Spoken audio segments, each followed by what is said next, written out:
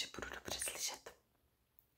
Chtěla jsem vám natočit už o víkendu i dneska ASMR video, ale bohužel vůbec jsem to nepředpokládala. V bytě nad náma se začalo rekonstruovat, takže jsou tu strašné rány. Teď teda to trošičku klepe, ale jinak jde vrtačka a to začali dělat celý nový bytový jádro.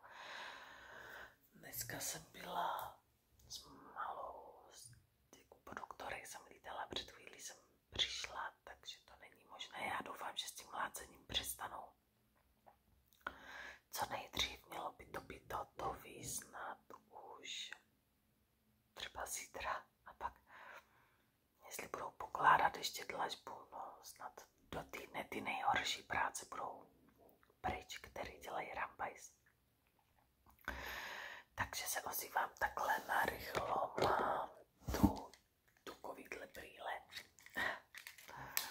Tak aspoň uděláme nějaký zvuk.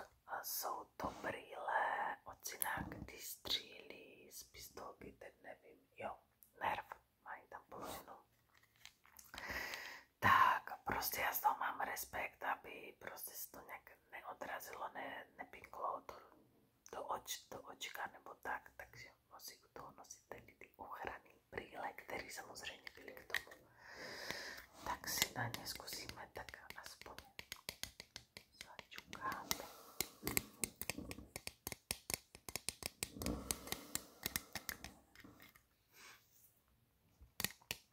No, já jsem ráno měla dost na spěch, takže vypadám tak, jak vypadám, toho si nevšimejte. Málo jsem spala a neměla jsem čas si ráno dát ani základní make-up, takže tak.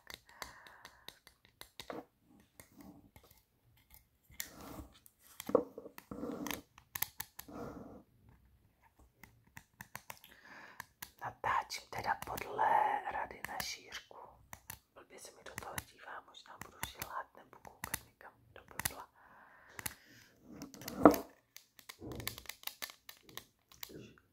Asi nevím, jestli tam jdou slyšet ty rány.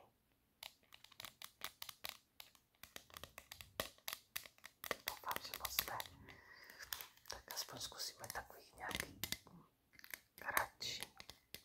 kratší video. A chystám se na tu pohádku, už jsem dokonce tu knihu i našla, co jsem vám slíbila s hororovou pohádkou. Takže jeden den se na ní chystám, až přestanou tady dělat ty rány, tak zatemním, napálím svíčku a můžeme číst. A můžete spát. Ale to není taková, jako že byste se vyloženě báli, ale pro děti si myslím, že je dost hororová. Taková strašidelná, kde se vyloupávají oči. Co bychom tady měli po ruce? Začukáme na znovu aspoň. Co? Tady mám ještě nějaký hračky, hledám. Já jsem si nic nenachystala, toto byl teď spontánní nápad, protože malá usla. Takže teda zkusíme natočit nějaký video na rychlovku aspoň. No, hnedka tu máme takový autíčko, ani nevím, co to. Defender, nevím, jak se to čte. Chlapi určitě ví.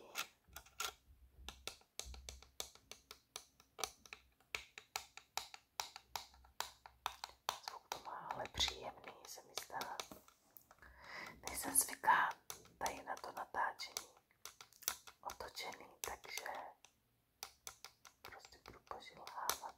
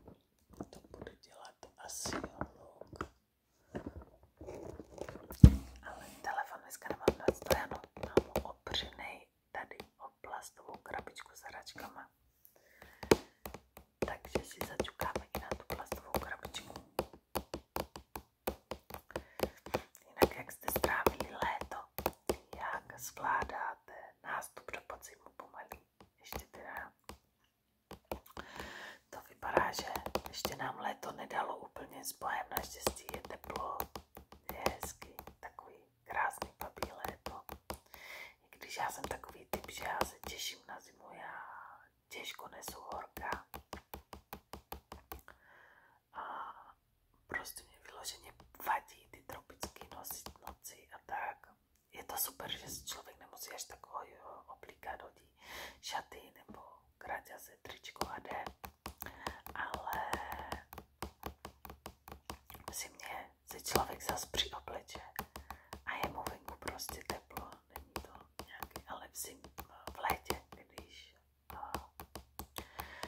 si oblečete jen šaty a jsou ty šílený tropy, tak prostě s tím nic nenaděláte, hledá si pořídit domů klimatizaci a být zavřený furt doma. Nemám ráda takový vedra, protože se nedá pořádně někam jít na výlet. A když člověk sedí a už tak se potí na to, že kdyby měl vykonávat nějakou větší fyzickou zátěž, takže já raději zimu.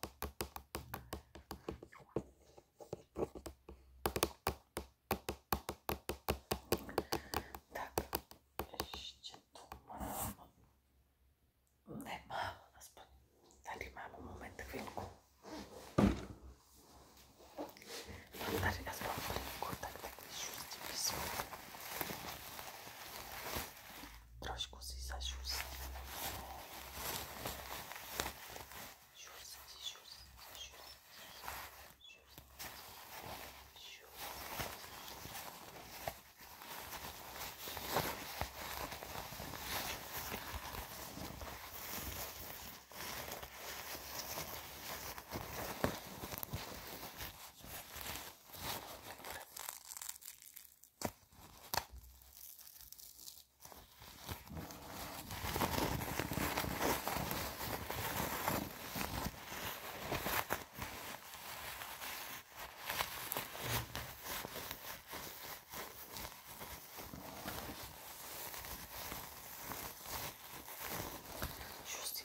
Zvuky se myslím ani ještě nedala.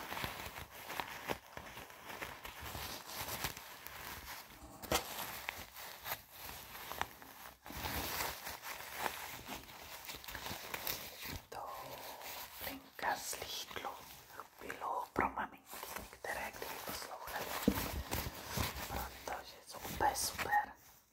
Třeba naše malá spí fakt v noci dějně, pokud teda nerostou zuby zrovna, nebo není nemocná, tak vydrží spát těch 11-12 hodin bez probuzení.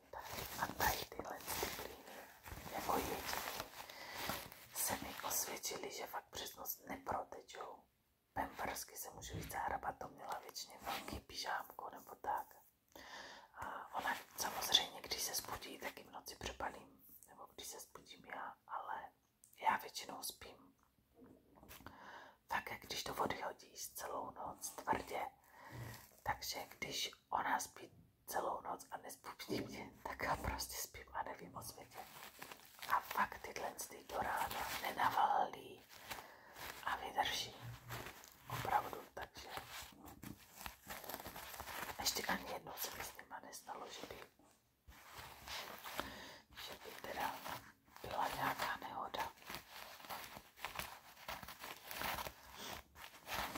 Začíná se mi ucpávat nos. Nevím, jestli něco polepuje vzduchem, rýmu nemám, možná nějaká alergie na sero, nebo nevím. Protože žádných alergií si nejsem vědoma. A stejně se mi ucpává nos.